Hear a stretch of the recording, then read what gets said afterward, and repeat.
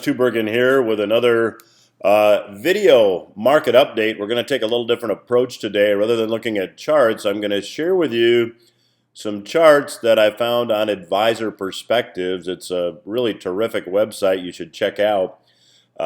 You can Google Doug Short or Advisor Perspectives.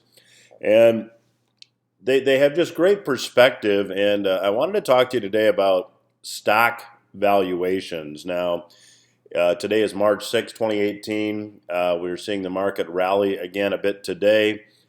But when you take a look at the valuation of stocks, and one of the ways to look at valuations is to look at the price-earnings ratio of stocks. And if you're not familiar with price-earnings ratios, it's simply what is the current price of a stock, or collectively the price of stocks, and take that as the top or numerator of the fraction, and then the denominator or lower part of the fraction is the earnings of a particular company or collective earnings.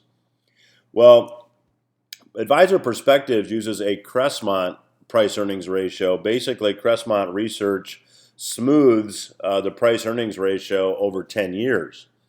So if you take a look at the chart that's on the screen, you see it's the S&P composite going all the way back to 1871 to the present time. So this is a chart that really is almost 150 years. And if you take a look at the current PE ratio, it's about 32.3. And if you look at this trend line, this red trend line drawn on the chart, you can see that the stock peaks correspond with high PEs, the stock bottoms correspond with lower PEs. Now what's interesting here is if you look at the price-earnings ratio back in 1929 at that market peak, it was 26.4. So that meant that you had to spend $26.40 to get a dollar's worth of earnings.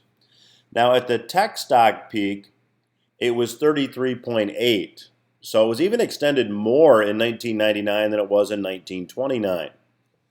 Then when you look at the peak of stocks during the financial crisis, it was 24.7. Today it's 32.3. So today we see that stocks are valued almost as crazy high, if you will, as they were back in 1999, and certainly higher than they were in 1929. So that should be a huge red flag for any of us that are holding stocks.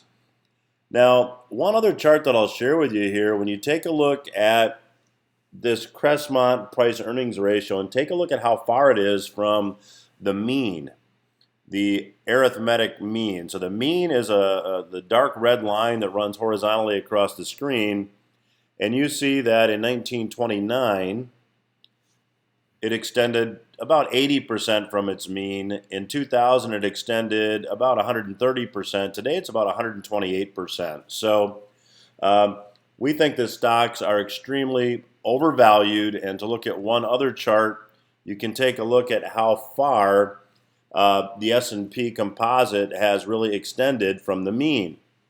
If you take a look at 1929, it extended about 80% from the mean. In 2000, 136%. In 2007, 77%. Today, it's back to 114%. So only one time in the last 150 years have stocks been valued this high. We believe that that is a huge red flag. We believe that's something that you should be aware of, and certainly be protecting any stock holdings you have in your portfolio with a trailing sell stop. Today's March 6th. My name is Dennis Tubbergen. That is your video market analysis.